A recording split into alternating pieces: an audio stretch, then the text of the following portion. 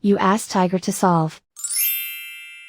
This deals with linear equations with one unknown. The final result is x equals 14/11. Let's solve it step by step. Simplify the expression. Multiply the coefficients. Simplify the fraction. Swap sides. Isolate the x. Divide both sides by -11. Cancel out the negatives.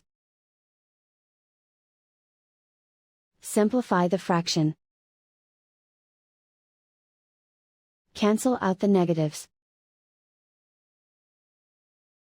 And so the final result is x equals 14/11.